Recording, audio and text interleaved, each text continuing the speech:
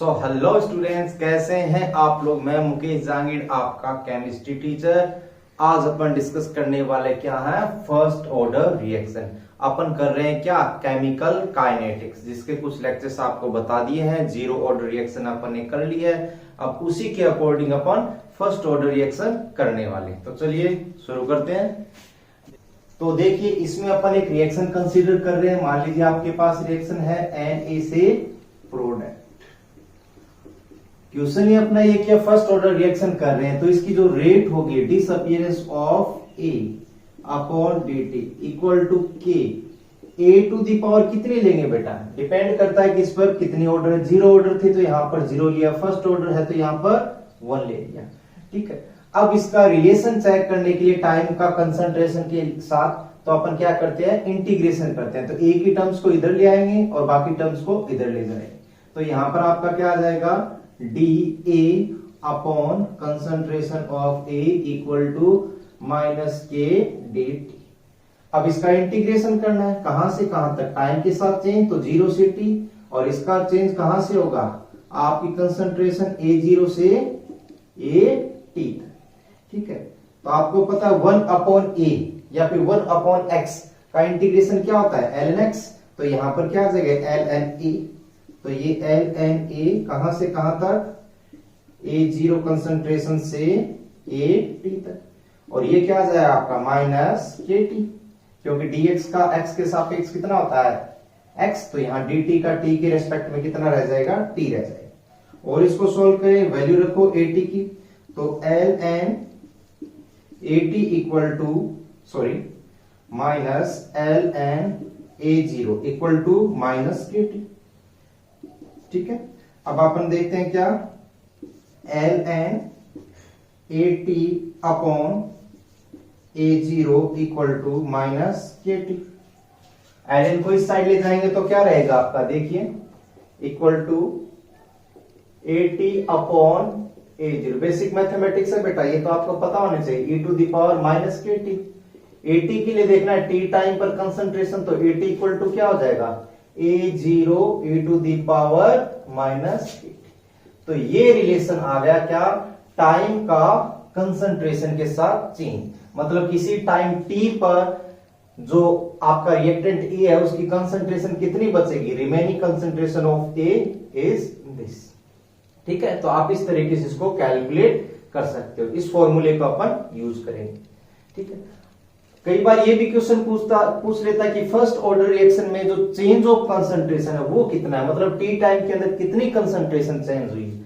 ठीक है, तो ये अपन कैसे करेंगे, देखिए चेंज इन कंसंट्रेशन। आपको पता है इनिशियल कंसंट्रेशन क्या थी, A0, चेंज कितने का हुआ, मतलब टी टाइम पर कंसंट्रेशन है टी, तो ये चेंज हो गया, इक्वल टू क्या आ जाएगा, ये आपका A0 माइनस AT की वैल्यू क्या है, ये है, तो A0 e to the power minus KT equal to क्या आ जाएगा, A0 को यहां से कॉमन लिया तो अपना क्या जाए, 1 minus e to the power KT।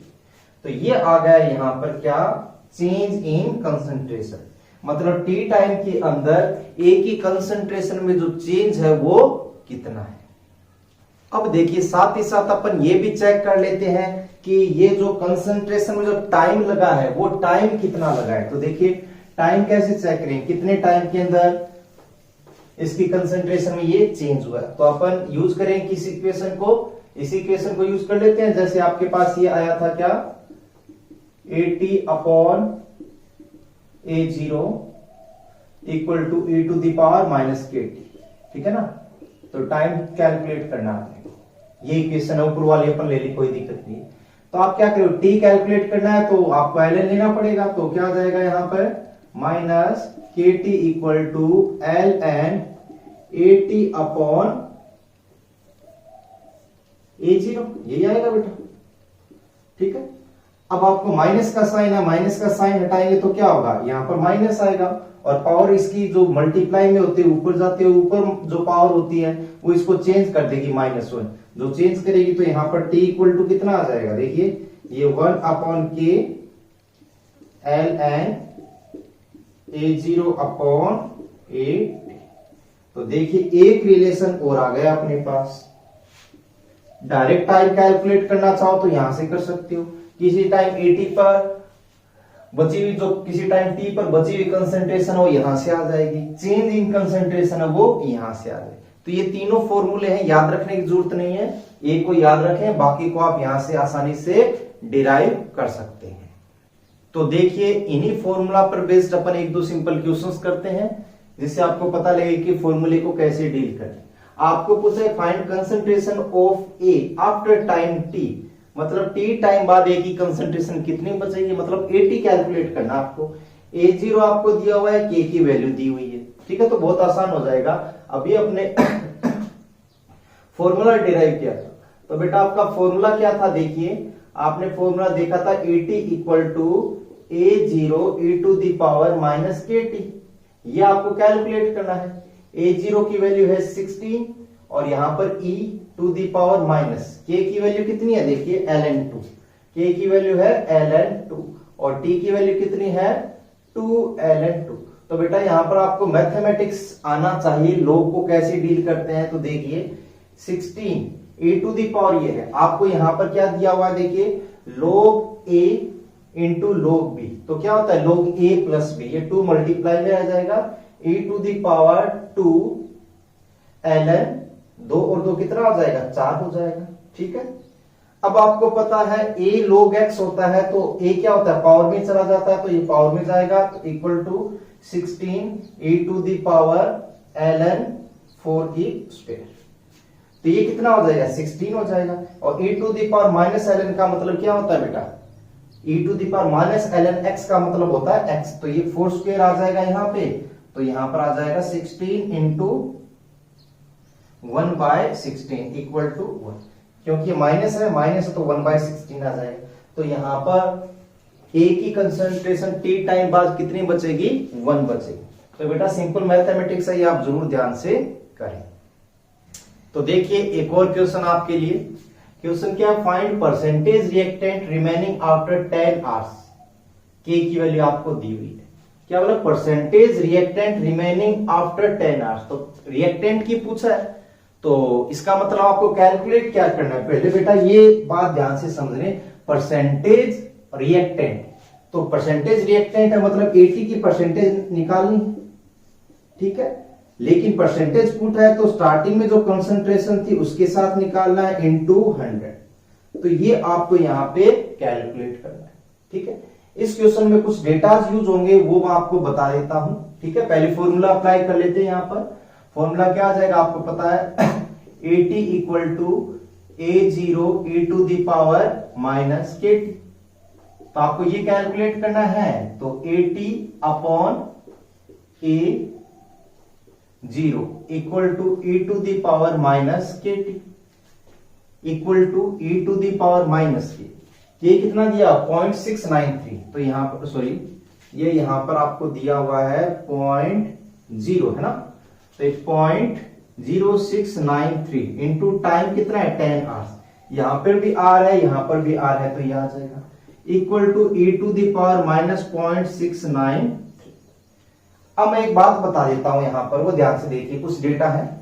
आपको पता है कि जब log पावर 10 है इसकी वैल्यू कितनी होती है 0.3010, log 10 बेस है और 3 आ जाए यहां पर, तो इसकी वैल्यू होती है 0.46।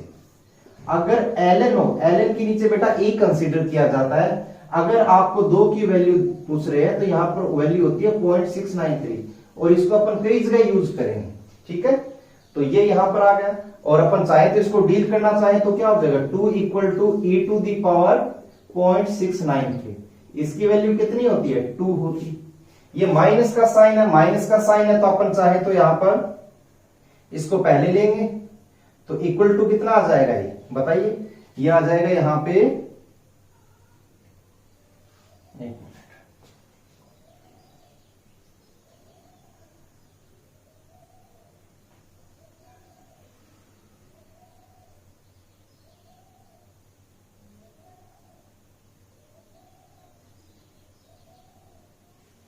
अच्छा ये दिया हुआ है तो इसको मतलब ये लिख सकते हैं e to the power minus 0.693, और इसकी वैल्यू कितनी होती है बेटा, आपको पता है कितनी होती है, 2 होती है, तो ये आ गया 1/2।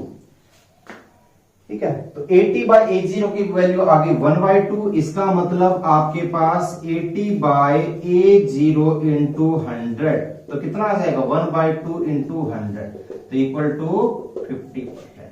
तो ये बोला है कि रिएक्टेंट की जो कंसंट्रेशन है, the percentage reactant remaining after 10 hours, 10 hours के बाद में जो रिएक्टेंट है उसकी परसेंटेज कितनी बचेगी, 50% बचेगी। ठीक है, और ये यहां पर आगे मैं कुछ डिस्कस भी करने वाला हूं इससे रिलेटेड। ठीक है, तो वेट कीजिएगा। तो चलिए अब बात करते हैं इसकी कैरेक्टरिस्टिक। जैसे अपन ने जीरो ऑर्डर रिएक्शन में कैरेक्टरिस्टिक की बात की थी, ठीक वैसे ही अब अपन क्या करने वाले हैं, इनके कैरेक्टरिस्टिक की बात करने वाले हैं। ठीक है, तो देखिए सबसे पहले क्या होगा, इसकी यूनिट ऑफ के। ठीक है ना, रेट कांस्टेंट की जो यूनिट थी, आपको याद है तो अपन ने क्या कैलकुलेट किया था, रेट कॉस्ट। तो याद हो तो जैसे जो जीरो था, जो फर्स्ट था, तो एक इसका अपन ने जनरल फॉर्म डिराइव की थी, क्या थी, concentration with time 1 minus n।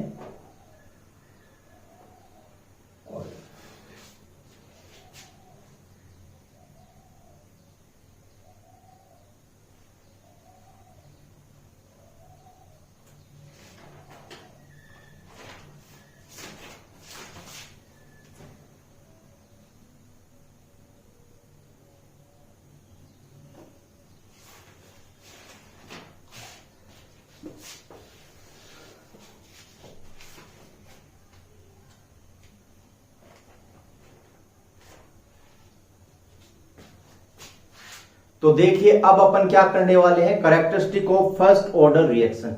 बेटा जैसे अपन ने जीरो ऑर्डर रिएक्शन की कैरेक्टरिस्टिक कैलकुलेट की थी, वैसे ही अपन फर्स्ट ऑर्डर की भी उसी सीक्वेंस में करेंगे। तो सबसे पहले अपन बात कर लेते हैं किसके, रेट कांस्टेंट यूनिट ऑफ के।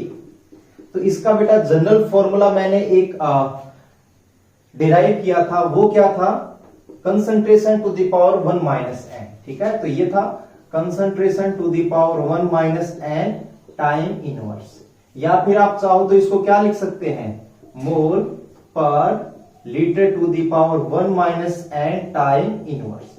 और फर्स्ट ऑर्डर रिएक्शन है तो यहां पर 1 माइनस 1 0, मतलब इसकी यूनिट क्या रहेगी, ओनली टाइम इनवर्स रहेगी। ठीक है, तो ये तो बात हो गई रेट कांस्टेंट। तो एक बात ये भी हो गई कि जो रेट कांस्टेंट होता है फर्स्ट ऑर्डर का, वो केवल और केवल टाइम पर डिपेंड करेगा, कंसंट्रेशन पर डिपेंड नहीं करेगा। Second point, completion time.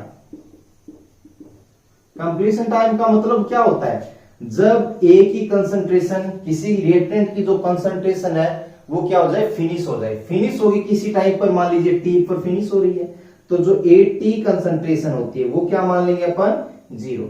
तो आपके पास फॉर्मूला क्या था, A T equal to A0 to the power e to the power minus K T. और इसको अगर यहां पर 0 कंसीडर कर लेते हैं, ठीक है, मैं यही लिख देता हूं, ये आ गया आपका 0। तो इसका मतलब e to the power minus K T equal to 0। ठीक है, दोनों तरफ लॉग लेंगे, तो लॉग लेंगे तो यहां पर क्या आ जाएगा, minus K T equal to infinite. तो इसका मतलब क्या हुआ, t आपका कितना आ गया, इनफाइनाइट आ गया। ध्यान दीजिए यहां पर कैलकुलेशन से अपन ने क्या किया है, ये 0 कब आता है, ये 0 कब आएगा, जब यहां पर वैल्यू आप इनफाइनाइट लिखोगे, e to the power infinite की वैल्यू क्या होती है, 0 होती है। तो इसका मतलब ये हुआ कि इनफाइनाइट टाइम लगेगा फर्स्ट ऑर्डर रिएक्शन को कंप्लीट होने में। तो आप कहोगे सर ये बात थोड़ी सी प्रैक्टिकली फील कराओ, प्रैक्टिकली देख लीजिए। आपको पता है कि जो रेट होती है, ये होती है आपकी rate minus D upon D T equal to क्या था, के ए टू द पावर 1, यही था। अब देखिए जैसे जैसे टाइम बीतेगा, जैसे जैसे रिएक्शन कंप्लीट होती जाएगी, तो ये जो ए की कंसंट्रेशन ये क्या होती जाएगी, डिक्रीज होती जाएगी। और ये डिक्रीज होगी तो बेटा यहां पर सीधी सी बात है, इसकी रेट भी क्या होगी, ये भी डिक्रीज होगी। ध्यान दीजिएगा, टाइम बढ़ रहा है, इसकी कंसंट्रेशन घट रही है, तो इसके साथ साथ इसकी जो रेट होगी वो भी क्या होगी, घटती जाएगी। एक टाइम ऐसा आएगा जब बहुत ज्यादा टाइम बीत जाएगा तो इसकी जो कंसंट्रेशन होगी वो क्या होगी, वेरी लो। और वेरी लो होगी तो बेटा उसकी रेट भी क्या हो जाएगी, बहुत बहुत कम हो जाएगी। ठीक है, तो मतलब ऐसे तो बहुत ज्यादा टाइम लगेगा, मतलब जैसे रिएक्शन कंप्लीट होती जा रही है उसकी रेट स्लो होती जा रही है, तो क्या कभी वो रिएक्शन कंप्लीट होगी? नहीं, वो रिएक्शन कभी कंप्लीट नहीं होगी।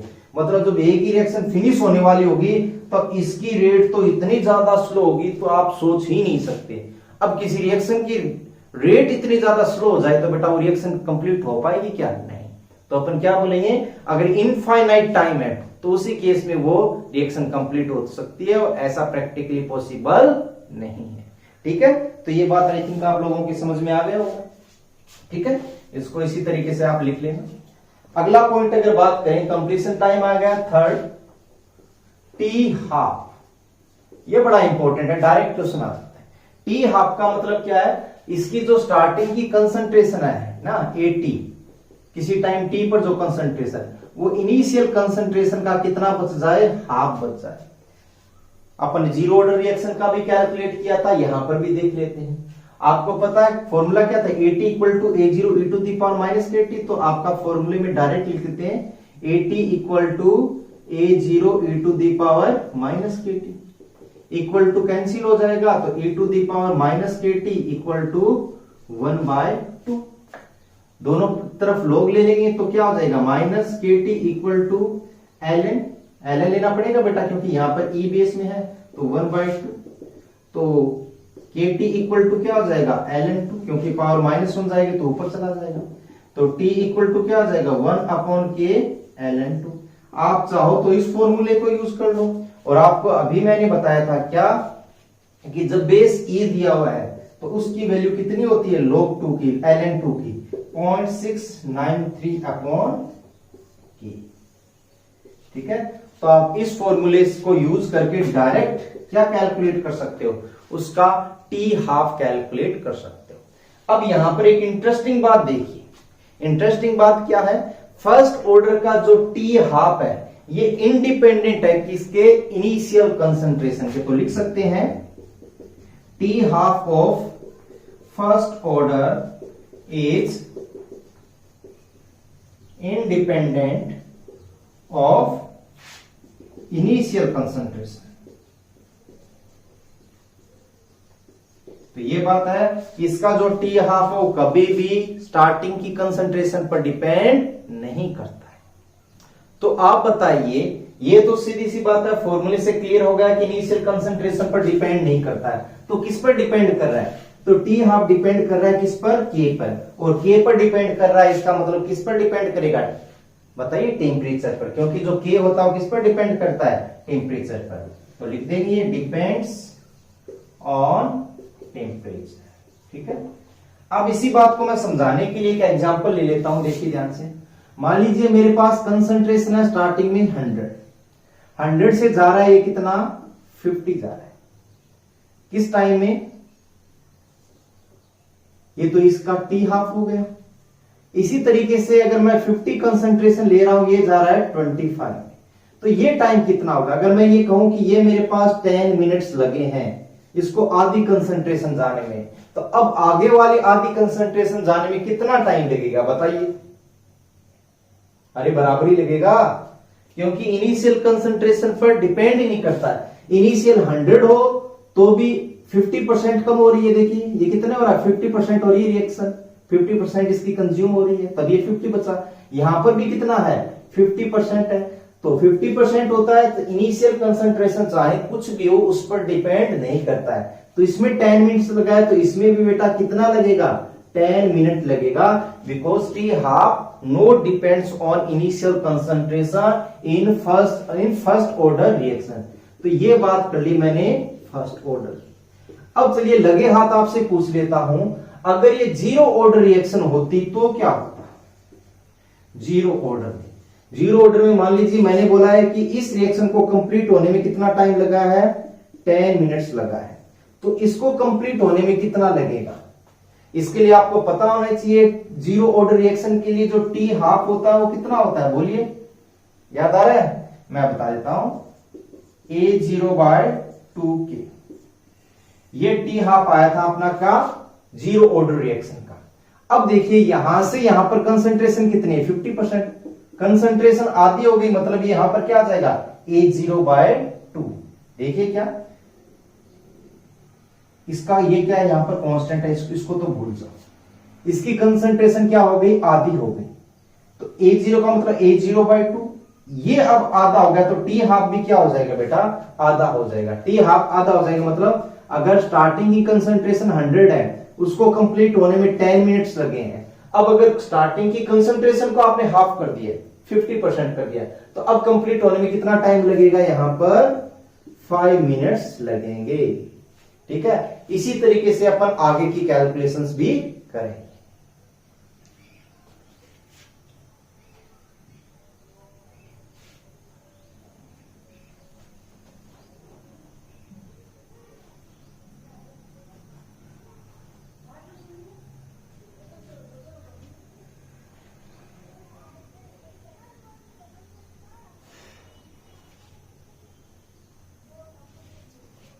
चलिए एक और बता देता हूं, अगर फिर भी डाउट है तो देखिए मैं यहां पर लेता हूं कितना, ये 25 है और ये कितना बचा यहां पर 12.5 है तो हाफ ही।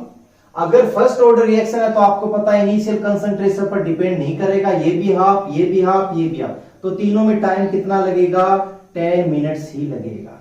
अब आप कहोगे सर फर्स्ट ऑर्डर में कितना लगेगा, बताइए फर्स्ट ऑर्डर में किस पर डिपेंड करता है इनिशियल कंसंट्रेशन, अगर ये हाफ हो गई तो टाइम लगा हाफ।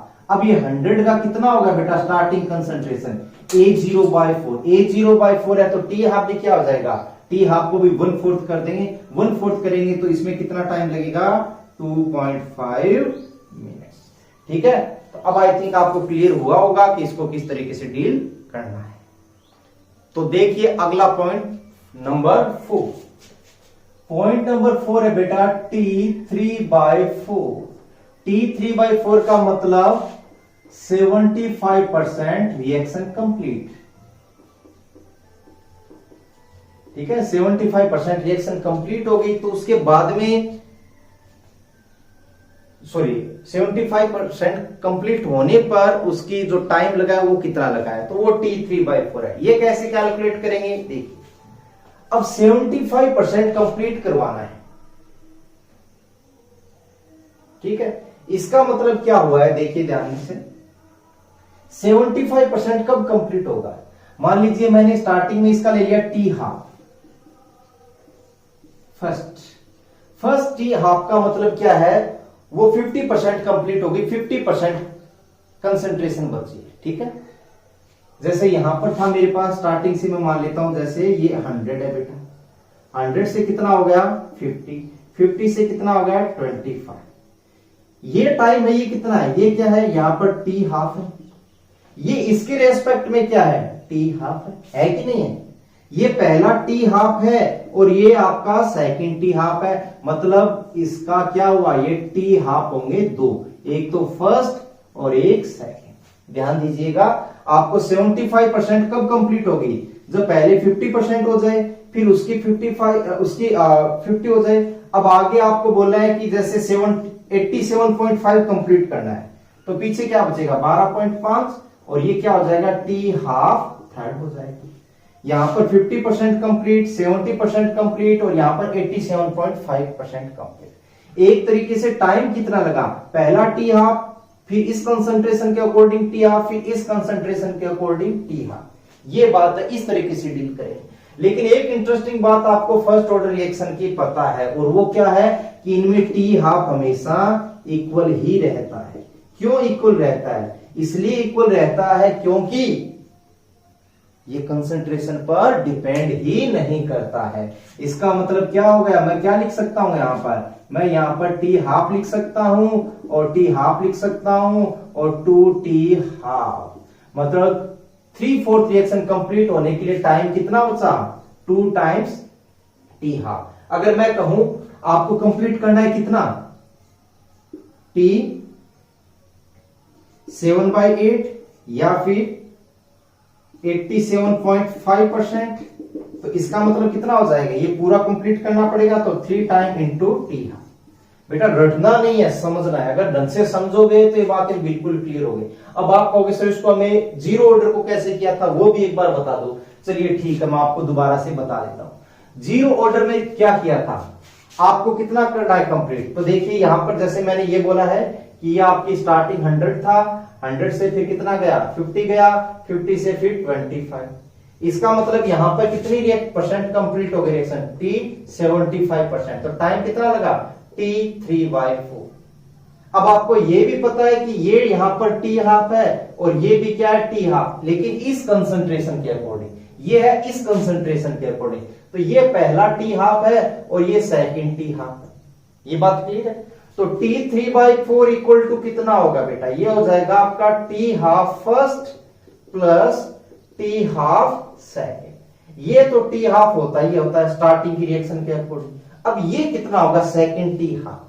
सेकंड टी हाफ कैसे कैलकुलेट करेंगे, देखिए फर्स्ट ऑर्डर में तो डिपेंड नहीं करता इसलिए सारे टी हाफ इक्वल थे, लेकिन यहां पर जो होता है ये इनिशियल कंसंट्रेशन पर डिपेंड करता है और इनिशियल कंसंट्रेशन यहां पर 50 हो गई तो मतलब क्या हुआ, ये A0/2 हो गया। और आपको पता है इसका टी हाफ डायरेक्टली प्रोपोर्शनल होता है किसके, A0 के।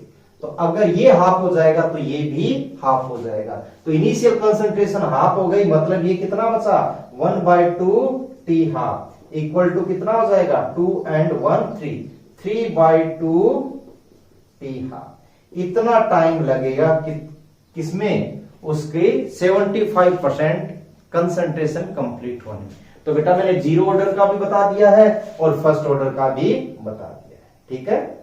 अब देखिए आपका पॉइंट नंबर 5। पॉइंट नंबर 5 है इन equal time equal percentage of reactant react, ठीक है। इक्वल टाइम में equal percent of reactant react. और जीरो ऑर्डर के लिए क्या बताया था बेटा, कंपेरेटिव करो, कंपेरेटिव करोगे बहुत आसान है। जीरो ऑर्डर के लिए मैंने बोला था इन equal time equal amount of reactant react, ठीक है। ये मैंने जीरो ऑर्डर के लिए बोला था, कंपेयर भी करवा देंगे। तो देखिए मैं इसको कैसे डील कर रहा हूं। मान लीजिए आपके पास दो कंटेनर है, इसमें स्टार्टिंग कंसंट्रेशन A0 से A हो गई और यहां पर इतने ही टाइम के अंदर इसकी कंसंट्रेशन A0 से A हो, ठीक है। ये भी टी टाइम है, ये भी टी टाइम। तो आपको पता है फर्स्ट ऑर्डर के लिए अपन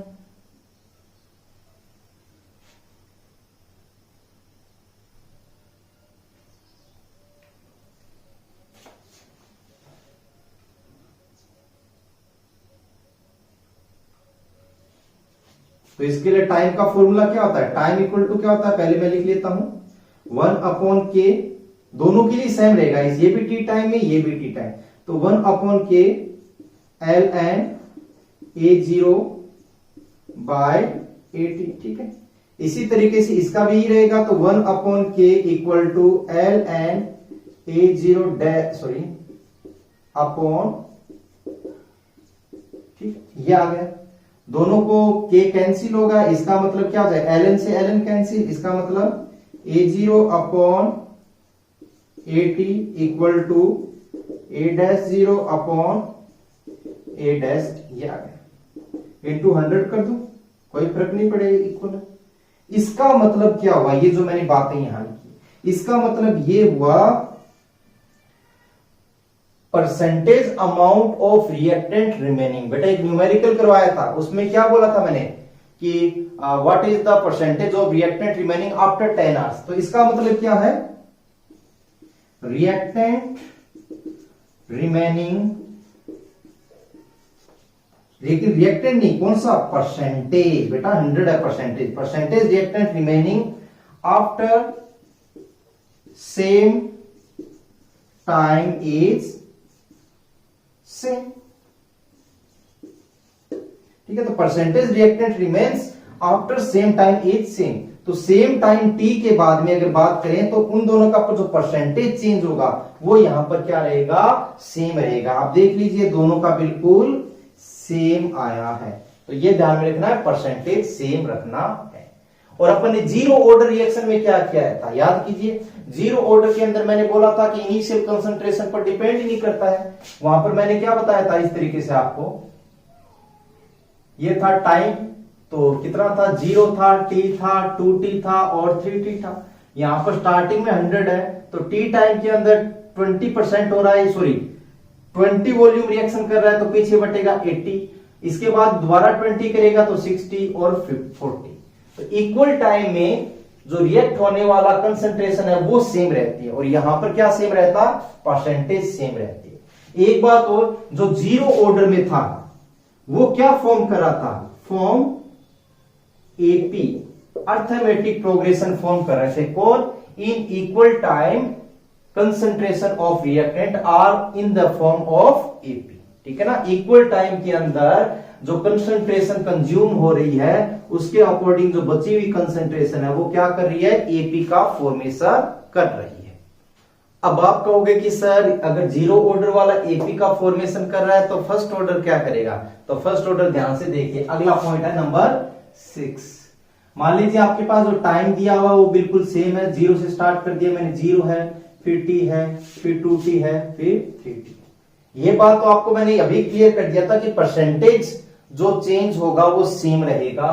तो मान लीजिए स्टार्टिंग में आपके पास ये 100 था, इस टाइम से 0 से t टाइम में 10% कंज्यूम हुआ, तो यहां पर भी इसका 10%, यहां पर भी 10%। यहां पर तो बेटा अमाउंट था जैसे 20 20 20, यहां पर क्या है, परसेंटेज सेम है। तो परसेंटेज सेम है तो देखिए यहां पर 100 है तो बाद में कितना बचेगा, 90 बचेगा, है ना। और 90 को मैं क्या ऐसे लिख सकता हूं, 0.9 इंटू 100।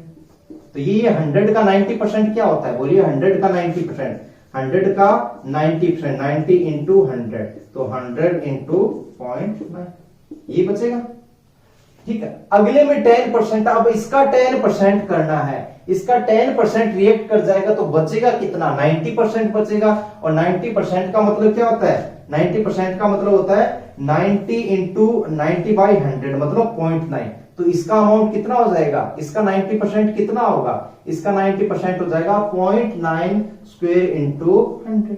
अब इसका 90% कितना होगा आगे वाले टाइम में, 0.9 क्यूब इंटू 100।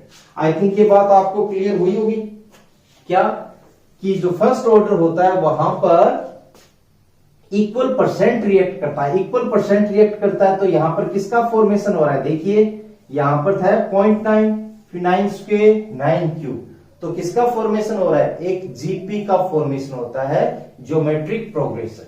अब इसको जनरल वे में रिप्रेजेंट करना है, जनरल वे में रिप्रेजेंट करना है तो देखिए ये टाइम A0 है, ठीक है। तो दोबारा से मैं बता देता हूं, ये आपके पास time 0, t, 2t and 3t। मान लीजिए स्टार्टिंग की कंसंट्रेशन बेटा आपके पास कितनी है, A0 है, इसमें कोई डाउट नहीं। t टाइम बाद जो कंसंट्रेशन बचेगी वो कितनी होगी, ये बता दीजिए मेरे को, वो क्या होगी, A0 e to the power minus kt। क्या, A0 e to the power minus kt। तो A0 से यहां पर आए हैं, ये 100 से यहां पर आया था, तो यहां पर 0.9 फैक्टर था, यहां पर फैक्टर कितना आ रहा है आपका, e to the power minus kt। अब अगली बार फैक्टर क्या हो रहा है, स्क्वायर में इंक्रीज हो रहा है, तो यहां पर जो फैक्टर क्या होगा, e to the power minus kt। तो यहां पर क्या हो जाएगा, A0 e to the power minus kt square, या फिर यहां पर आप इसको क्या लिख सकते हैं, माइनस 2kt। यहां पर कितना आ जाएगा बेटा, A0 e to the power minus 3kt, ठीक है। तो इससे अपन लैंग्वेज बनाए तो लैंग्वेज क्या हो जाएगी, देखिए ध्यान से, reactant react after same time interval, concentration of, sorry, after same time interval concentration of reactant form what, Gp with ratio e to the power minus kt।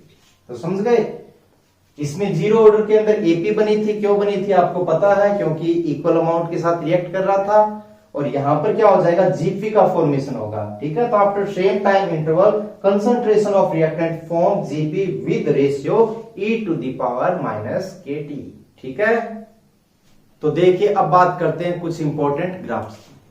सबसे पहले जो ग्राफ है मेरा किसका है, रेट। तो बेटा ये यहां पर क्या दे रखी है आपको, रेट दे रखी है।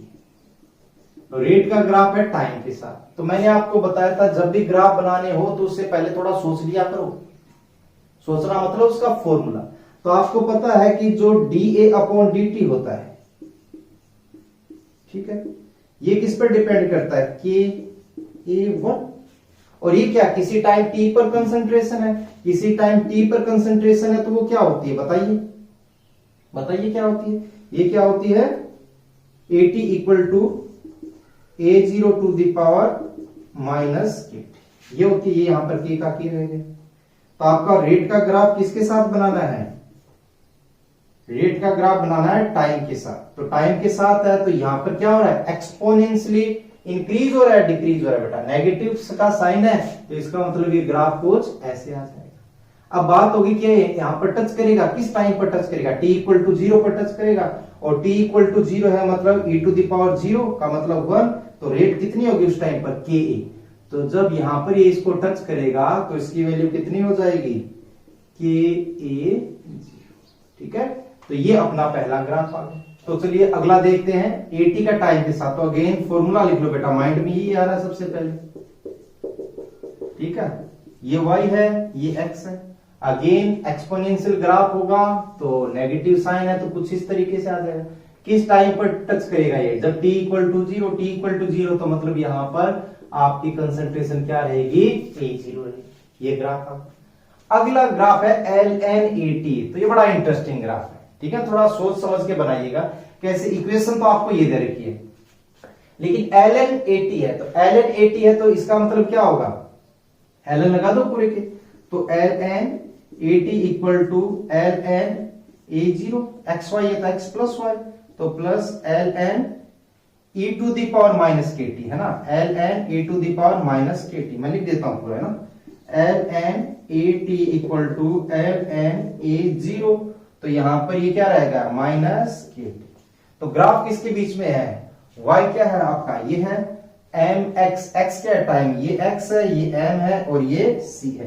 पॉजिटिव स्लोप है, सॉरी पॉजिटिव इंटरसेप्ट है, नेगेटिव स्लोप है। तो मतलब कैसे होगा, मोर देन 90 डिग्री और ऊपर की तरफ टच होगा। ऊपर की तरफ टच होगा तो ये रहा आपका ग्राफ। सही है या नहीं है, लग रहा है ना थोड़ा। नेगेटिव स्लोप का मतलब मोर देन 90 डिग्री। ये आपकी स्लोप कितनी है यहां पर, माइनस के।